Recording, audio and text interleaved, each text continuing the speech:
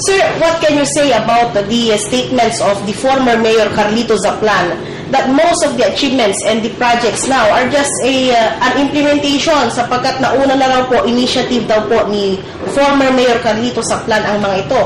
Specifically, he made mention of the Maramba Bridge and the beautification of the municipal plaza. Ano pong masasabi niyo dito? Una, alam mo naman siguro nalalapit na yung election. So, well, definitely he has already made this intention that he will run again. So, bumabanat. Secondly, ba't niya tinoon na bumanat nung wala dito si Mayor na nakalib na because he went to the States on a personal visit at saka siya babanat. Ba't di siya bumanat pag nandito si Mayor? But rest assured that pagdating ni Mayor, sasagutin niya lahat isa-isa. Sa mga sinasabi lang yung mga projects like Maramba Bridge, sino ba nagpagawa ng Maramba Bridge? Siya ba? It was built by the national government. Itong beautification ng plaza, wala naman kami, sabi wala naman na kami ang nag-beautify ng plaza, hindi naman na. What we have been doing is kung ano yung mga nakikita namin na dapat gawin, yun ang ginagawa namin. Like unang-una dito, na yung fire truck ay nakaparada lang sa gilid ng kalsada. We decided to put up a fire station for our fire truck. In addition, we requested that the fire truck be rehabilitated dahil nung pumasok kami, hindi yun umaandar. Nabigyan ng pondo ang Santa Barbara Fire Station para i-rehabilitate yung fire truck. In addition, through the effort of the Mayor, nakakuha kami ng bagong fire truck for Santa Barbara. We can easily respond to all emergencies that would occur in the municipality as well in the nearby municipalities. Yung po project na sinasabi po, tinatatakan daw lahat ng letter V. Even yun daw po mga donated classrooms ng Chamber of Commerce. Ano pong masasabi niyo doon? Well, as far as yung classrooms na ginagawa namin, definitely yung tatak doon is V. It doesn't stand for Velasco, but it stands for the victory. That is victory over ignorance. Yan ang isang programa ni Mayor is to bring down and elevate the public education system in Santa Barbara as equal to private education. Because of that, we are improving the facilities of our public elementary education and high school to make it conducive to learning. That the enrollment of public schools in Santa Barbara has increased tremendously. The facilities are conducive already to learning. Kaya daw po hindi mag-pursue yung pagkakaroon ng international airport. It is because ang nag-initiate daw talaga niyan is Lito Zaplan. No, ang nag-initiate niyan ay ang apat na congressman, headed by Congressman Tulagan, and the other three congressmen, well, with the exception of the first district congressman, dahil ang ini-endorse nila is Alaminos. True, sabi niya, but hindi siya ang nag-initiate. It was Congressman Tulagan who initiated it. At saka nung lumitaw yung issue na that the airport will be built in in Alaminos, the Mayor Velasco, told the President that sinabi niya, ma'am, meron pong standing bill sa Congress that the airport will be in Santa Barbara. Sabi ni Presidente, I don't know that. If that is true, Ray, you better do your assignment. So, nung sinabi ni Presidente sa kanya na, Ray, you better do your assignment, gumagalaw si Mayor.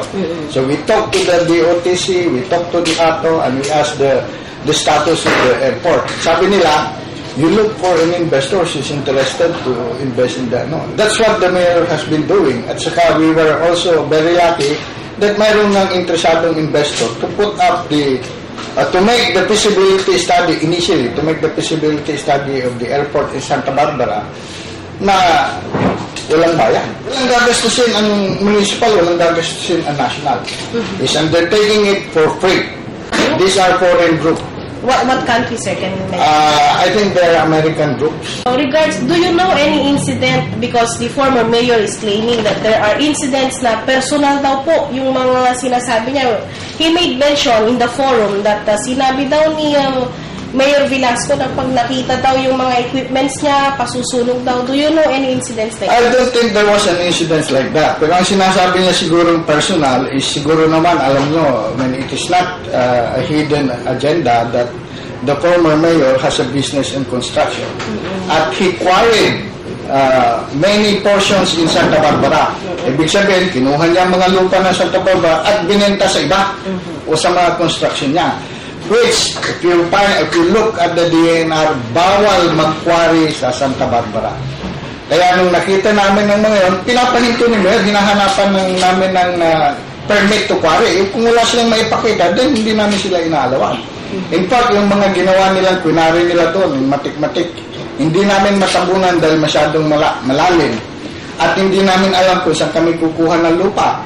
So, ang ginawa namin is we called for the Department of Agriculture, particularly the Bureau of Fisheries and Animal Resources, at tignan ko anong pwedeng gawin doon. So, suggested that we convert it into a fish pond. And that's what we did. There is now an ongoing tilapia propagation there at saka yung ulang propagation dito sa Santa Barbara. The first of its kind here in Pangasinan. Do the local government has a plan to file cases against these people na nakakasira po sa... I don't know. We will leave that to the mayor. Siguro pag napakinggan niya yung mga interview at nakita niya yung transcript, I don't, nasa kanya na yun. But there are no really incidents na ganito po. Well, I don't remember any incidents na gano'n. Basta ang alam ko, mayroong incident dyan na pinahinto ni Mayor yung truck dahil ng quarry. Hinanapan ng quarry permit, wala. So, nare-remember nyo ba, sir, mga kailan po yan? So, way back mga last year pa ata. Last year pa po. Ito po nga nangyayaring pamumulitika po. Ano po kaya ang magiging epekto nito sa kababayan po natin mismo? Well, tingnan na lang natin kung sino nagsisinungaling. Kami ay hindi nagsisinungaling. Pinapakita namin sa lahat ng tao kung anong mga nagagawa dito. Then let the people of Santa Barbara decide. And let the people of Santa Barbara determine kung sino ang nagsisinungaling. In fact, yung sinasabi niya, nilalagyan namin ng B kahit na hindi namin project. That's not true. Lahat ng pinatayo ni Congresswoman Arenas, andyan, walang B. Makikita niyo naman, dito sa tabi lang ng munisipyo, may isa dyan. Doon sa Payas, hindi namin ginagalaw. Hindi namin nilalagyan ng B. Sila, nagpatayo sila ng stage dyan sa plaza. Mayroong letter, initial nila. LSJ, ano yun? What does that stand for? Lito S. Saplan. Itong street lights, ano nakalagay doon? Initial naman ni former Mayor Jinky Saplan. Kami, V. It doesn't stand for Velasco. Ang inaano namin is, it stands for, ang gano'n sinabi ko noong una, the battle cry of the mayor is a victory. Victory over poverty, victory over education. Kaya nakalagay doon. And at the same time, that is to promote the brick industry of Santa Barbara.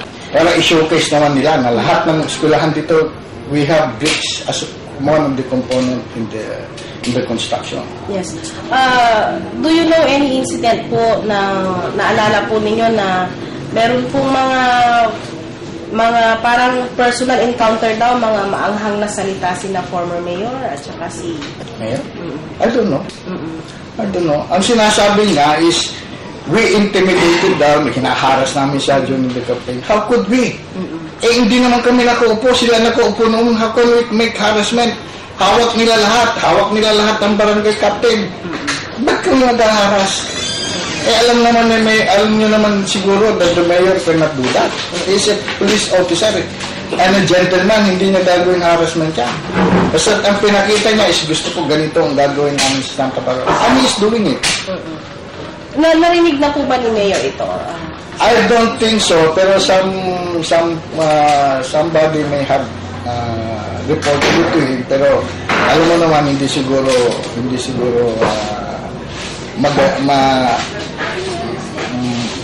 klaro ang pagkakasabi dahil syempre alam mo naman kung ibang taong nagsasabi, pwedeng may dagdag, pwedeng may bawas. Now, if you could provide us with the tape-recorded interview with the former mayor, we would appreciate that very much. So what can you say po, dahil maaga na itong pamumulitika, ano po ang next move ng will be for the next 8 months? Trabaho pa rin ba o haharapin na itong... Definitely, trabaho pa rin yung ginagawa namin. The reason why the mayor went to America is really to tell the people from Santa Barbara na nandun sa Amerika kung ano na ang nangyayari dito.